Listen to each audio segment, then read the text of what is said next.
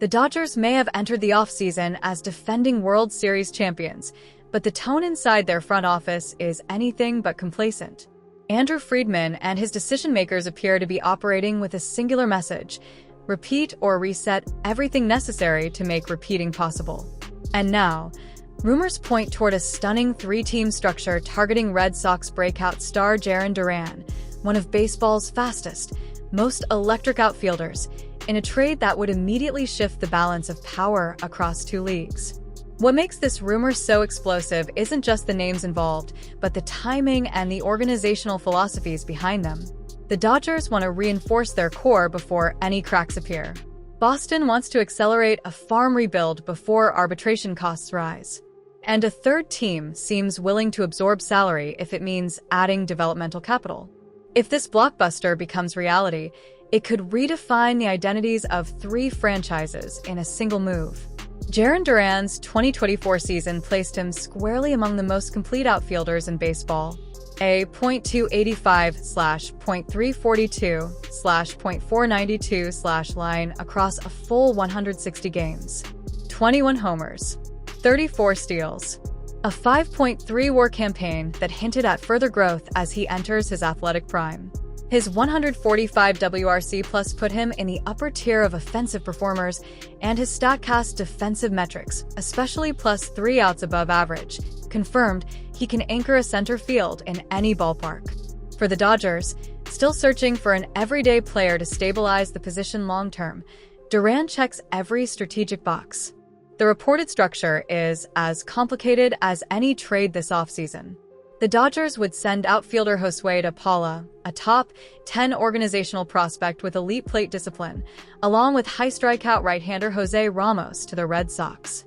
Boston would also receive around $8 million in cash to cushion the rise of Duran's arbitration salaries. Meanwhile, a third team, Chicago White Sox or Miami Marlins, would absorb the final year of Chris Taylor's $8 million contract, clearing payroll space for LA to avoid tipping into the dreaded fourth luxury tax tier. That middle team would be compensated with 2 to 3 lower-level prospects, effectively monetizing their unused payroll capacity. The Dodgers currently project to exceed $350 million in tax payroll, nearly double the league's first threshold. Adding Duran's $4 million salary might seem harmless, but the tax multiplier magnifies every dollar by 62% at the highest tier. By shedding Taylor, the Dodgers effectively lower their taxable footprint while adding an upgrade in center field. For Boston, the calculus is centered on timing. Duran is entering arbitration and will grow increasingly expensive as the club tries to rebuild. Moving him now yields 2 prospects and salary relief at peak value. And for a third team with payroll flexibility, taking 1 year of Taylor's deal is a cheap way to acquire developmental pieces. The Dodgers are built to win now, but even champions have vulnerabilities, and LA knows it. Their outfield defense ranked middle of the pack in 2024. Center field, specifically, wavered between inconsistent and outright problematic. James Outman regressed from his promising rookie season. Andy Pages showed flashes, but wasn't ready for everyday defensive responsibility. Hayward aged. Hernandez struggled in spots. For a club that expects to play deep into October every year, average defense in center isn't good enough. Duran immediately lifts that floor. His +6 DRS and top percentile sprint speed transform run prevention, especially in spacious NL West ballparks where line-to-line coverage determines outcomes. With rule changes increasing stolen base attempts and rewarding athleticism, the Dodgers' front office isn't just interested in Duran's defense. They're interested in the way his athletic profile aligns with postseason baseball.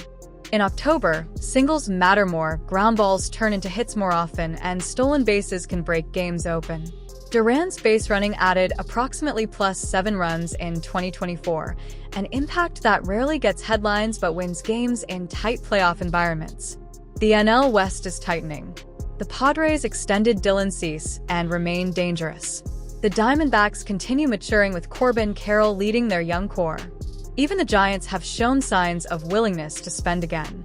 Fangraphs projects the Dodgers for 98 wins in 2025, enough for first, but not a guarantee. Adding a 3-WAR player raises their floor to approximately 101 wins, a threshold that dramatically increases their odds of securing a first-round bye and home field advantage. And then there's the financial side. The Dodgers are masters at manipulating payroll within tax rules. Duran's arbitration prices, $4 million in 2025, then $7 million and $10 million projections, deliver all-star value at a discount.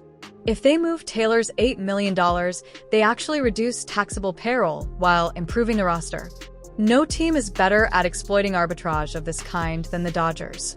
To understand why Duran is such a priority, you need to compare him to what the Dodgers already have, and what they don't. Teoscar Hernandez delivers power, no question. But he struggles defensively and brings limited base running value.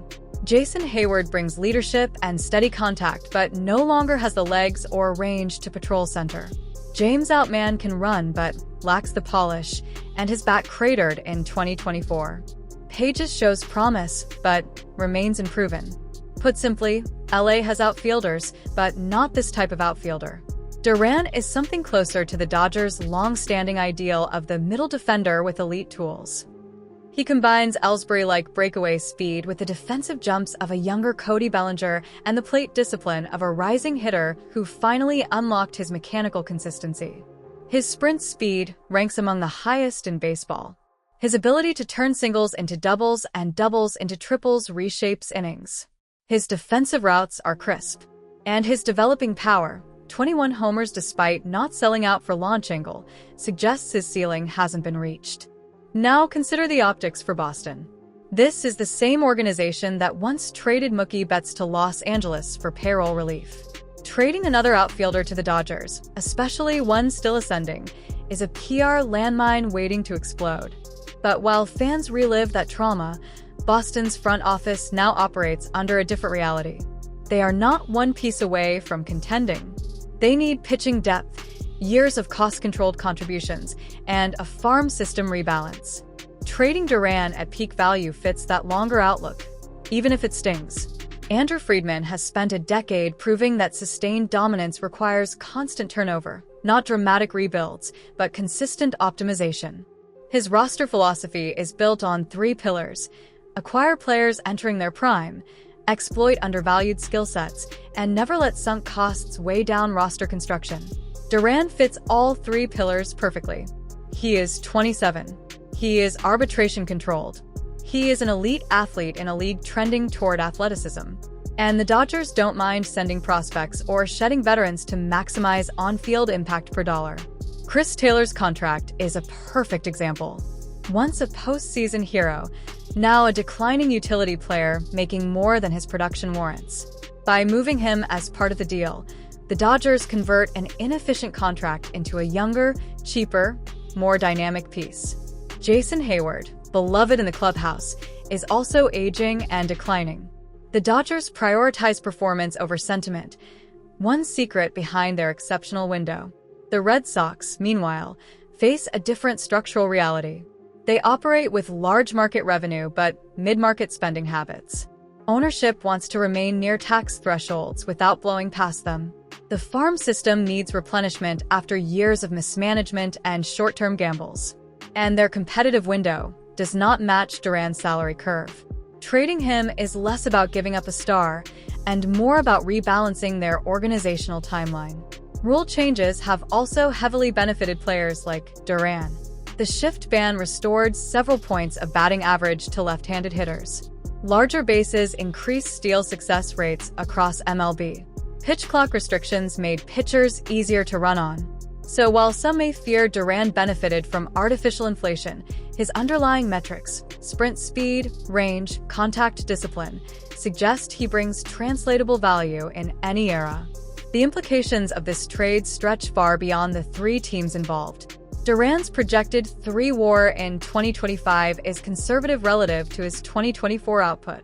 But even at that level, he offers one of the best value per dollar profiles in the league. For the Dodgers, pairing Duran with Mookie Betts, Shohei Ohtani, Freddie Freeman, and Teoscar Hernandez creates a lineup with balance, athleticism, and a richer distribution of tools. Their October matchups become more flexible. Their defensive alignment becomes stronger. Their base running becomes more aggressive. For Boston, the trade signals a commitment to 2027 to 2028 competitiveness. DePaula, if he reaches his ceiling, becomes a patient, high-contact outfielder with real upside. Ramos could become a mid-rotation arm or multi-inning weapon. And the cash relief allows Boston to target mid-tier pitching on the open market without crossing payroll limits ownership wants to avoid. For the third club, White Sox or Marlins, this is simply smart rebuilding practice. You take on money competitors can't or won't carry. You collect prospects for minimal cost. You add young organizational pieces at virtually no financial risk. Then there are the ripple shifts. Cody Bellinger's market changes if the Dodgers are out. The Yankees, Padres, and Cubs must pivot accordingly. Pitching trades involving Crochet, Luzardo, or Cease may accelerate. The NL West power balance tilts again. One trade can trigger dozens of secondary effects. This one has that potential.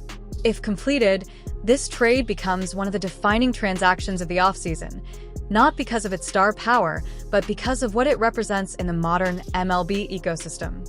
The Dodgers gain efficiency, athleticism, and playoff-specific strategic value.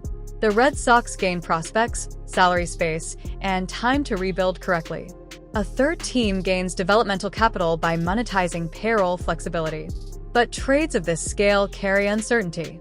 Duran may regress. Prospects may bust. Salaries may change plans. Fans may revolt. Yet in today's MLB, the organizations that thrive are the ones that embrace these risks strategically. Los Angeles continues to refine a dynasty. Boston attempts to rebuild with discipline. And the league once again watches a franchise with unmatched operational sharpness. The Dodgers set the pace for everyone else.